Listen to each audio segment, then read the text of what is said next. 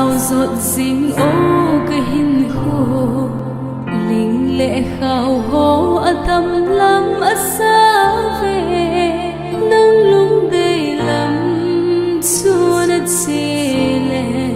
na xem pa na hộ hình bố nông ngâu đình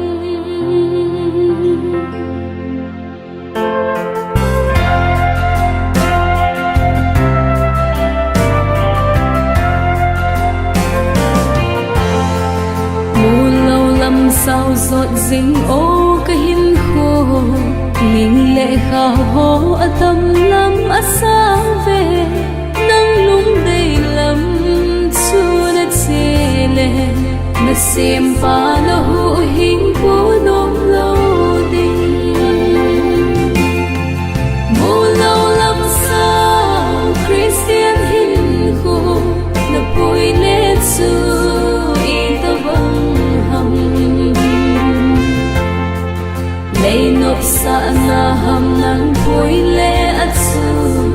Giêsu bị bùi vang dù ban gấm ắt hương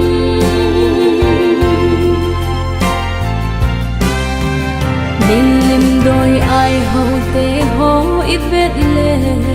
a hầu thầy un nô min cú a xa về so tê bồn tê tin ca ghê lệ Giêsu này hô hin khô bố ăn nô mê Mulou lamsao Christian hin khô na bùi lên xưa y ta vong hầm lấy nộp xa na hầm nắng bùi lệ ắt xưa Giêsu bị bùi vang dù ban gấm ắt hương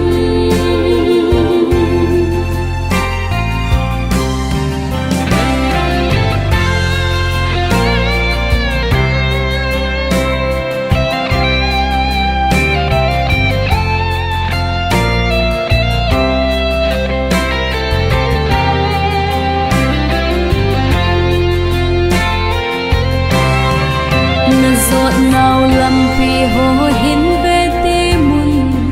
nộp na ni đa na đi ắt si không dinh ô cái hin cô lung thôi hi ô na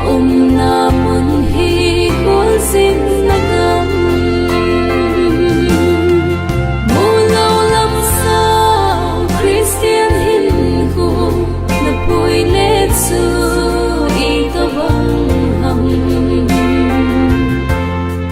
lấy nộp xa na hầm nắng bùi lệ ắt xưa Giêsu bị bùi vang dù ban gấm ắt hương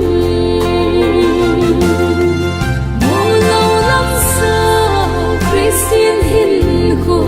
na bùi lệ xưa y ta vang hầm